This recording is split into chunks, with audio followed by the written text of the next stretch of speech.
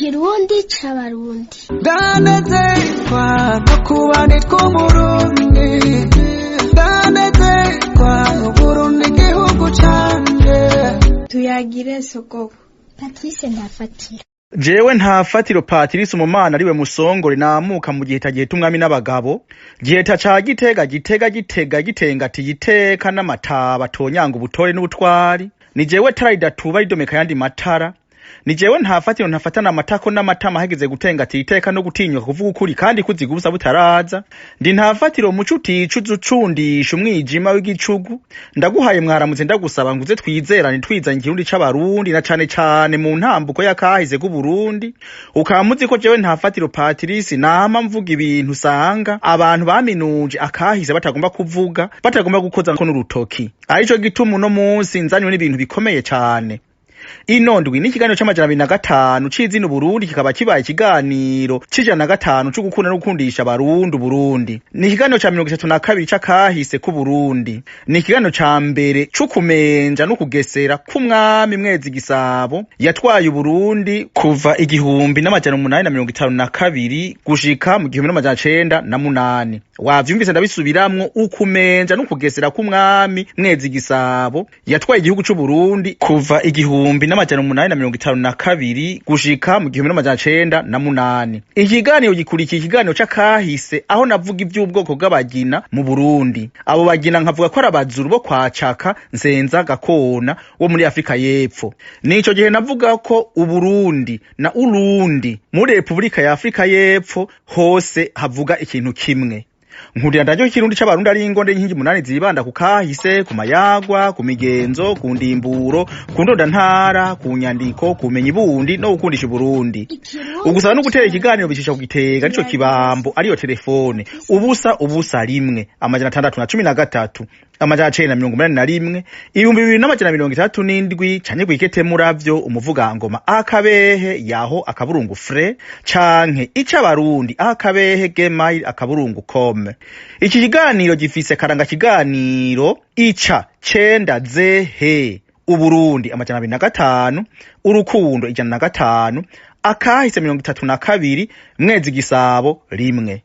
Itongo ry'ururimi rw'ikirundi ikivi ca 4 intambuko y'icenda zehe akahise. Isuka ya mbere ukumenja k'Umwami MWEZI GISABO yatwaye igihugu c'u Burundi mu 1852 ashikana mu 1908.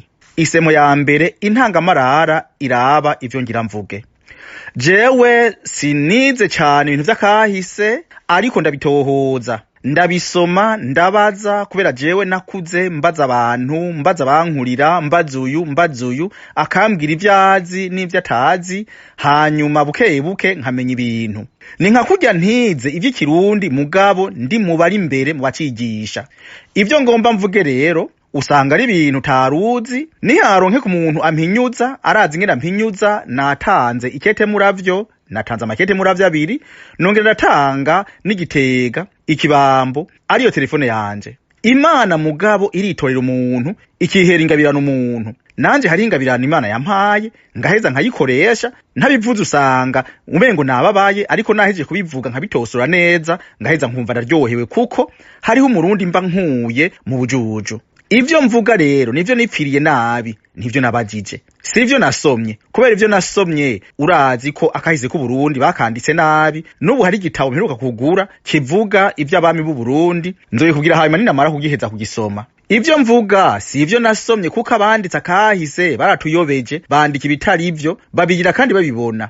Jewe rero ngomba kuvuga ivyo abandi bansi kuvuga.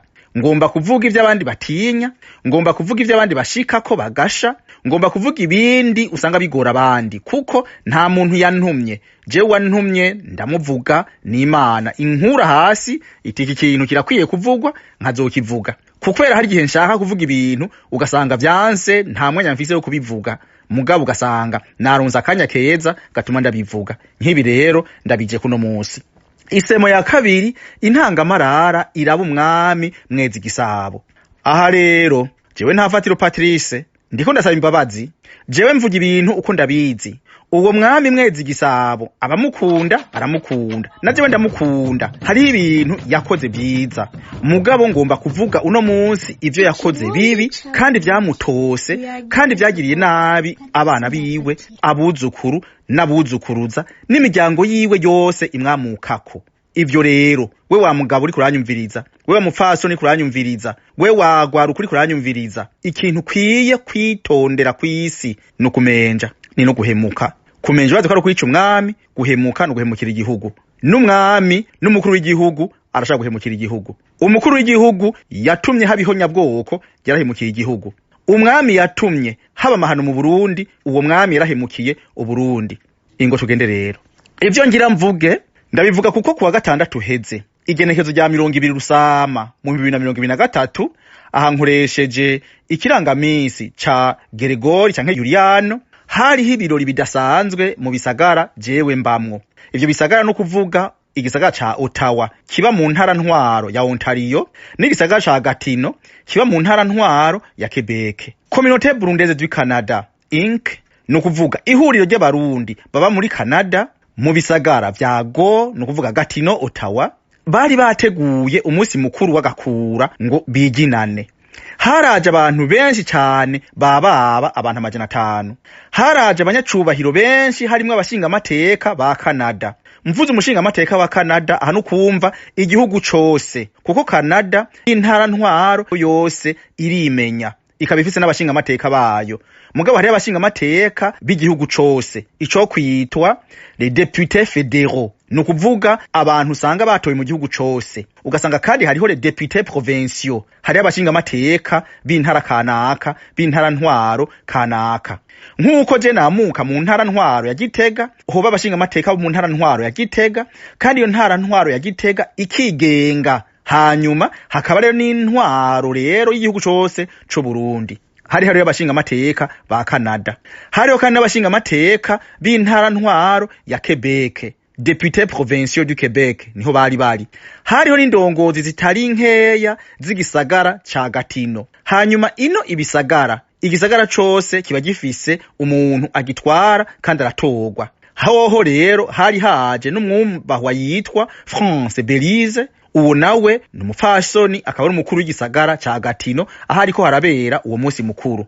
Ndiko navuga rero Ottawa na Gatineau hagabugwa n'uruzi gusa. Ni bisagara bibiri mugabo kimwe kikaba mu ntara ntwaro y'Quebec ikindi kikaba mu ntara ntwaro ya Ontario hagabugwa n'uruzi gusa. Nico gituma rero abarundi tutoza kwigabura tuca rero dukorera ibintu hamwe ababa muri ivyo bisagara bibiri. Kandi hariho n'abantu baba muri Ontario mu gisagara mbamwo baja gukora mu gisagara ca Gatineau mu yindi ntara ntwaro nkuko hariho abarundi baba mu ntara ntwaro ya Quebec baza gukora muri Ontario mu gisagara mbamwo n'uruzi bajabuka gusa.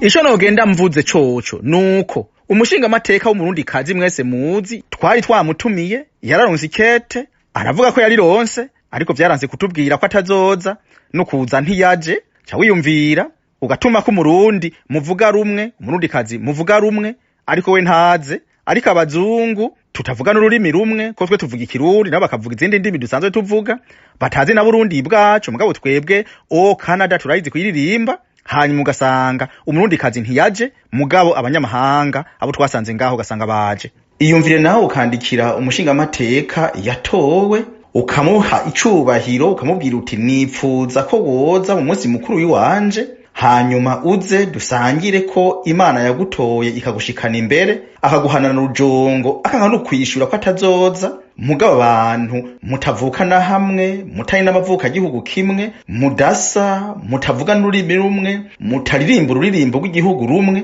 uwo muntu akaba ari waza. Hanyuma umurundi vyitwa ko musangiye igihugu ntanakubwiye n'ikintu na kimwe ntanakubwiye ko atazoza akakugwiza n'ubusa akaguhanana urujongo. Abarundi turakwiye gukizwa. Ivyo nk'ivyo vyo ku gatandatu ndabivuze kubera iki? Ivyo ndabivuze kubera niwo munsi nashira ku mugaragaro indirimbo yitwa Ikibi Ntigihera. Iyo ndirimbo rero Ikibi Ntigihera mvuga ivyerekeye uko kumenja k'umwami uko kugesera k'umwami hama bigatota umuryango wiwe wose. Ubu rero reka ndakuririmbire gusa icitabirizo hanyuma ndakikuririmbira kandi n'igicurarangisho canje citwa umuduri. Ubu rero tega amatwi nta fatiro Patrice wumvirize. Ng'uwutabonye se ntamenye ibya sekuru, nsa n'uwutazi data hama nsigira ibya se, ko hazira ibintu bibiri hagakorwa kimwe gisa.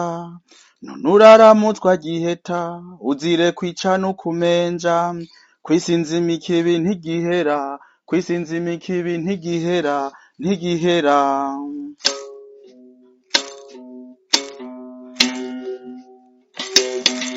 Uwutabonye se ntamenye ibya sekuru, nsa n'uwutazi data hama nsigira ibya se, ko hazira ibintu bibiri hagakorwa kimwe gisa. None uraramutwa giheta uzira ukwica n'ukumenja, kwisi nzima ikibi ntigihera, kwisi nzima ikibi ntigihera, ntigihera, ntigihera.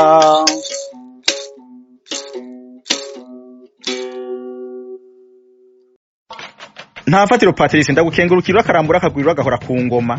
Ejo kuri YouTube nzoca nshiraho ingene ivyo bintu nabiririmbye usanga bitagomba gusa neza, kubera iyo uriko uraririmbira abantu ariho bari hari utundi tuntu zuriyongerera ko kugira ngo ibintu biryohe gusumba. Ariko iyo ndirimbo izosohoka vuba cane. Imana niyampamagara, Imana niyantera iteka icyanyongera iminsi y'ukubaho.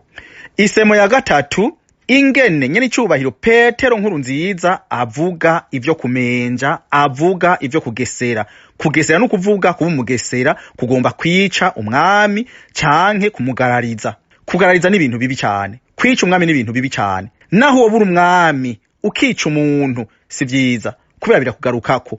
Kuko burya ndaheje kubivuga, kwisi nzima ikibi ntigihera. Haja tumeze nk'ibifyera, urana igifyera kiragenda kigasiga imirongorongo, aho twaciye hose turasiga ibintu. Warakoze ikibi, ico kibi waragisiza ahantu. Warakoze ciza, ico ciza waragikoza ahantu. Arico gituma bavuga bati ukora iciza ukagisanga imbere, ico ciza kikuvako kikagenda. Ariko bakavuga bati ukora ikibi kikaguherekeza, ikibi muragumana, muragumana, muragumana. Ingo twumvirize rero uwo munyacubahiro ivyo atuyagira. Ibanga ribangirwa ingata, guhemuka ni bibi. Basokuru baciye umugani guheza guhemuka ibigori bikera. Narahaye karorero guhemuka ni bibi cyane. Abahemutse bahitanye RWAGASORE baciye bomoka, nta nyungu babikuyemo. Abahemutse 65 nta nyungu babikuyemo, ataramane n'amaganya. Unabitohoje usanga bari bungware nyinshi cyane. Abahemutse 93 nta mahoro babironsemo. Abahemutse ejo bundi mwaka 2015 murabona ibyabo. Birababaje kubona umugenerale yarameze neza, yarakoreye Burundi, igisoda cy'u Burundi imyaka 30 40 hafi 50, kubwo guhemuka agahereza akazi kiwe ku bugenerale mu gasho. Kubwo guhemuka umuntu yarafise inzu nziza akayita gasigara bagwa imiserebanyi n'ibihuna, aja mu kuba munsi y'ihema ubungiro. Kubwo guhemuka biragahera imitima y'ibintu by'abarundi biragahera. Basoko baciye umugani ngo ubukene burahera, ugiye mu kibi ntigihera. Ndagukengurukiye mwubahwa urakarambura akagwirwa agahora ku ngoma. Iyo uri hose Imana irakaguha ikurikije ivyiza wakoze, hanyuma ikwicarike ku ntebe y'ubwami, nkuko no mu Burundi wari umwami. Tuzogusange mwijuru turirimba, dutamba, dutarika. Isemo ya kane, uguhemuka, ukumenja, ukugesera kwa Mwezi Gisabo.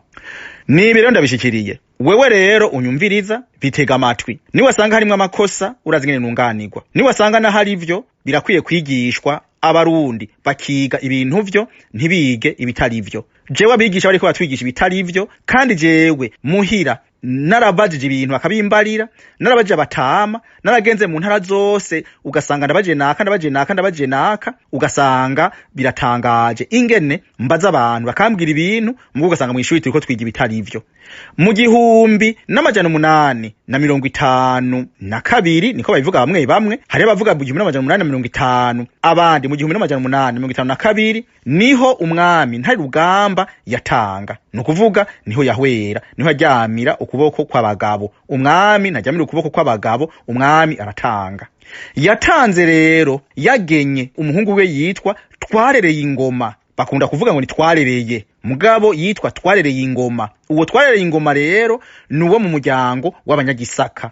Barakanyagiye bamwe bavuga ngo ntuzwi kugira ngo ntibitera ingorane mu banyagisaka, mugabo yamuka mu muryango w'abanyagisaka. yamuka mu muryango w'abanyagisaka no kuvuga iki no kuvuga ko nyina wiwe yari umwigeme umwami yabiriye amukuye mu banyagisaka. Hanyuma rero uwo mwami Ntare Rugamba yarazi ko ari umuryango w'abanyagisaka uramukiwe, kubera wasanga abandi baramukiwe n'abandi bakaramukirwa n'abandi bakaramukirwa n'abandi bakaramukirwa, ukamuzi ko abanyagisaka ari umuryango wamuka kuri Ntare Rushatsi Cambara Ntama, kandi ko iyo miryango yobwirije kuzirazunguruka haja ku ngoma naka haja ku ngoma naka haja ku ngoma naka. Ico gihe rero hari haramukiwe abanyagisaka.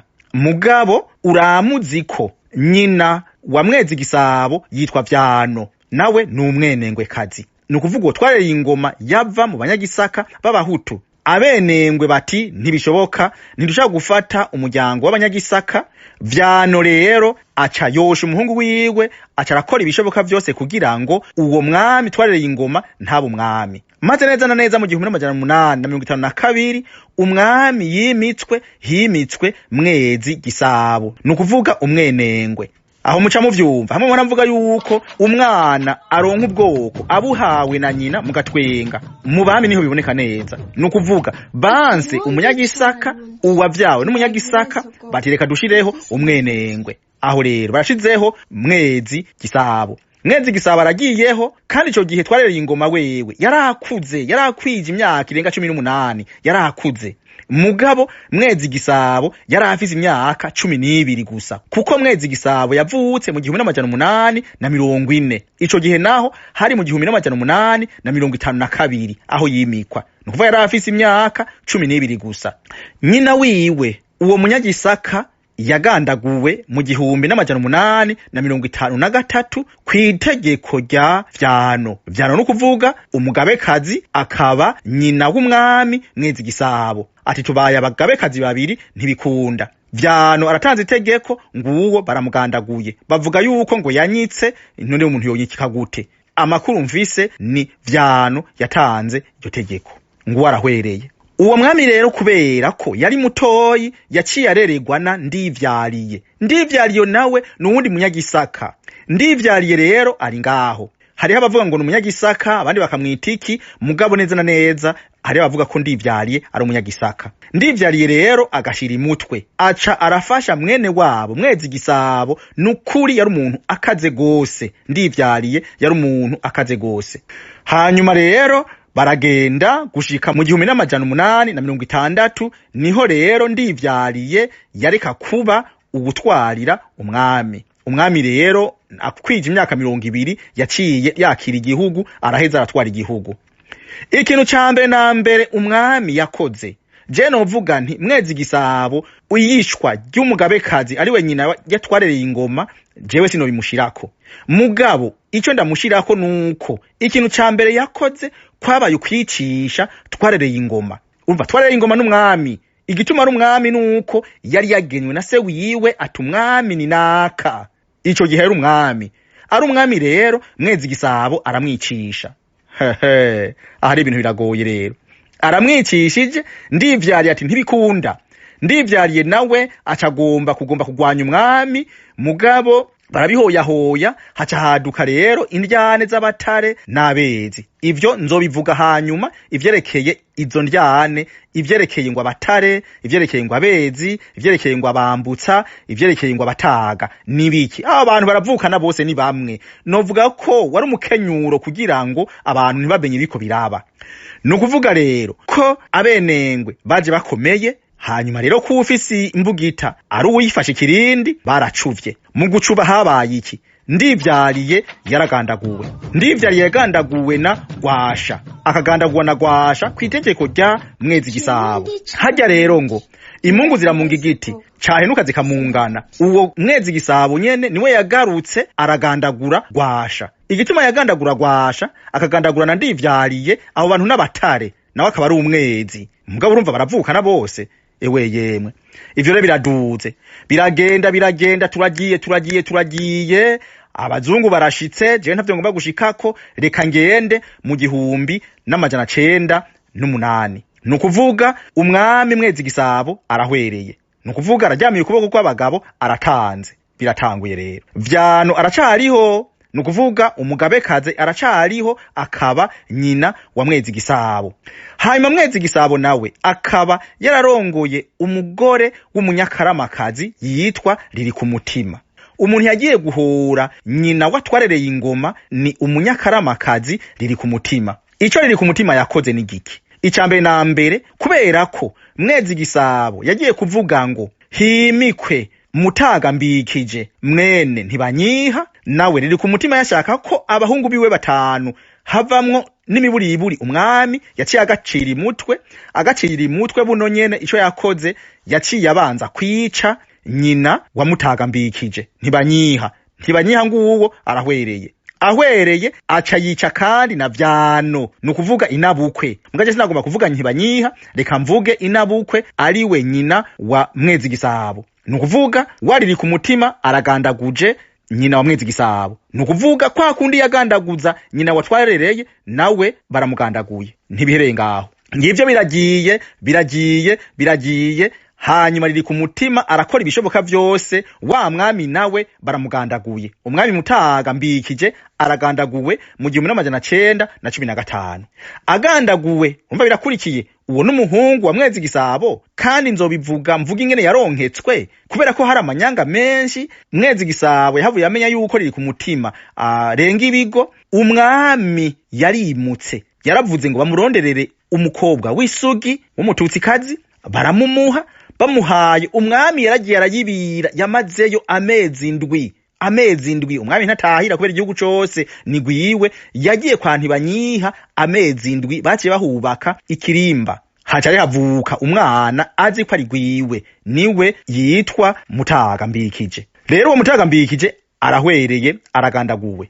N'umuhungu wa Mutaga mbikije w'inzobe, kwa Bataga bari inzobe, abamuka kuri Mutaga mbikije bari inzobe. N'umuhungu wa Mutaga mbikije yaragandaguwe nande na Riri ku mutima. Uwagandaguwe n'umwuzukuru, nukuvuga ikibi Mwezi Gisabo yakoze, umuhungu Mutaga mbikije baragandaguye, n'umwuzukuru yagomba be Umwami Mwambutsa baragandaguye. Ntibirahera, nukuvuga baca bagenda rero kuzana mwene Karabona yirabura. Nukuvuga Umwami Mwambutsa wa kane, nama ndakavuga ujya Mwami Mwambutsa wa kane sumwami kubera yagiye hari kubera bagandaguye uwari kuba Mwambutsa. Yari afise imyaka 3. Nico gituma ugiye kubisoma bakubwira ngo yavutse mu 1900 na kangahe, ahandi ngo na kangahe. Ugasanga bavuga ngo igihe Mutaga mbikije yatanga, bavuga ngo umwami yari afise imyaka 3, ahandi bakavuga ngo yari afise imyaka 5. Ntibikunda. Umwami baravyandika ko abazungu niho bari jewe narabisomye. Igituma hari izo ngorane nuko bafatira ku mwana wa Mutaga mbikije no ku mwana wa Karabona, bikaca bigorana. Rero turagiye rero turabandanije. Abantu bamuka kuri Ndivyariye, nukuvuga abatare barakagumanye gushika naho na Rwagasore bazoja kumugandagura mu 1931. Niyo biva ntivyaheze. Umwami Mwezi Gisabo yishe umwami Twarereyingoma mu 1863, nukuvuga imyaka 100 irahera. Umwuzukuru wiwe bamugandagura mu 1935. Iyumvire uwo bagandaguye ninde? Ni Umuganwa Kamatari Inyasi, kuko n'umuhungu wa Mutaga mbikije. Bakamwica kubera iki? Bakamwica kubera ko yaguma avuga yuko Ubgâmi ari ubwiwe. Ubu naho ntibirahera ivyo bintu. Nabuzukuruza ba Mwezi Gisabo bo kwa Mutaga mbikije ntibagomba kwivuga, nabo kwa Inyasi Kamatari ntibivuga na gatoyi. Kubera iki bativuga? Kugira ngo abatari ntibabamenye, muka barabazi uko biri kose ntibivuga. Iyumvire ukamuka ku musogokuru naka bikanka ko wivuga, nkubikanga kumvuga ko ndi mwene ndi murigo wa ndemera wa kinyo ca kariyo ka rubaduka nobanda yoshe ku 15. Iyumvire bikanka ko mvuga ko je namuka kuri Kamana. Iyumvire nukuvuga ibintu vyaraguye. Rero nuko kumenja no kubera iki? Kumenja no kuvuga kwisha umwami. Umwami Mwezi Gisabo nawe yarisha umwami Twarereyingoma. Umwami Mwezi Gisabo Yarámēnje ko kumenja no kuvuga kwica umwami. Umwami Mwezi Gisabo yaragumutse, dufate ko yashizweho na nyina wiwe, ntiyari gushobora kubahuka kwica umwami. Ntivyari gukunda na gatoyi ko yavyubahutse. Rero n'abamwamukako ingorane ni nyinshi cyane. Hace hamuka iki? Hamutse indyane ziri hagati y'abatare n'abezi. Sabatari n'abezi gusa haciye haduka indyane z'imiryango, nukuvuga abenengwe Mwezi Gisabo yamukamwo n'abanyakarama bamukamwo riri ku mutima ntibabonana, n'abatare n'abezi ntibabonana, n'abanyagisaka ntibabonana n'abenengwe. Ibaze mu gihugu umwami ashengera, umwami atanga, hama imiryango itanu ikacirabana nabi ikakigomba kwicana. Uko suko umwami mwiza, uko nukumenja, uko nukugesera. Aho rero ivyo rero umunyagatara yitwa Yeredi yarakaririmbye, aravuga yuko uhemutse birashika kubuzukuruza. Ubu tugeze kubuzukuruza ba Mwezi Gisabo, nabo buzukuruza ba Mwezi Gisabo ntibashaka kubonana nabo bandi bo kwa NDIVYARIYE, ntibashaka kubonana n'abandi bo kwa RWASHA, ntibashaka kubonana n'abandi bo kwa bande no kwa bande no kwa bande. Iyumvire umuryango umwe wamuka kuri Ntare Rugamba, bamwe bakaba abezi abandi bakaba batare, mugabo nubu batumvikana imyaka 120 iraheze. Ngo tumaze tumvirize rero umunyagatara aririmbe gatoyi. Umwami aya mataha nibubange ndamateke, ababwire mwabakunzi banje mute mwirinde kandi mwiyubare, uhemuke umuvyeyi wawe yaguhereye amata ku biganza. Umwami aya mataha nibubange ndamateke, abarundi twaragize imana turi abantu batekesera, nayo kazoza kabaheze no kozerekana no kozereza. Umwami aya mataha nibubange ndamateke, ingeso mbi yo guhemuka n'icago kibi mu muryango, ngaruka mbi zihera kuwahemutse zigashika no kumwuzokoroza. Umwami aya mataha nibubange ndamateke, umwami aya mataha nibubange ndamateke. Ndagukengurukiye wa munyagatara Yeredi, urakarambura akagwiro gahora ku ngoma. Jewe n'ingigatara namubona Yeredi avuza inanga yigisha abakobwa kutamba no kuvyina, ndamuzi gose. Narasuye no mu Burundi mu 2000 kangahe, ndagenda igatara turabonana. Ncenda kuramutsa Yeredi ndi Ntafatiro Patrice gahora ku ngoma.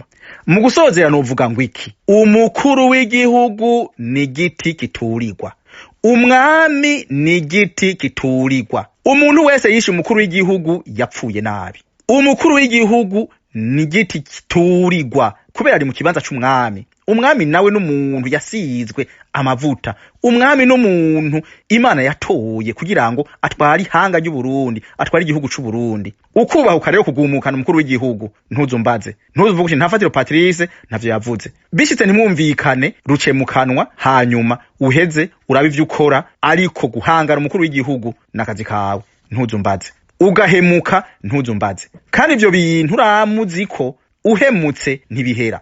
Umviriza Mwezi Gisabo yarashengeye, Mwezi Gisabo yaratanze, mugabo n'umuntu acabivuga. Aho nk'ubu yaba Ntare Rushatsi cambara ntama yaza kuba Yarámēnje tuba tubivuga. Mwabarundi rero ndabaciriye agace. Iyo ndirimbo y'ikibi ntigihera nagize, hazogera igihe ndayisigure neza, niho nzovuga ibintu bitari bikeyi, nzogera nk'ibigano bice 5 6, niho nzovuga ibintu byose nerekana ncaha kugira ngo vyumvikane. Kuko jewe ndumuronzi bwegera kacana ntukambwira ngo ndumurozi, nivyo jewe ndumurozi w'ubujuju bw'abarundi kugira ngo bamenye ukuri, ivyo twize bitari vyo ndabifute, hanyuma twige ibintu nyavyo. Imana niyantiza amagara nzovuga ibitari bike.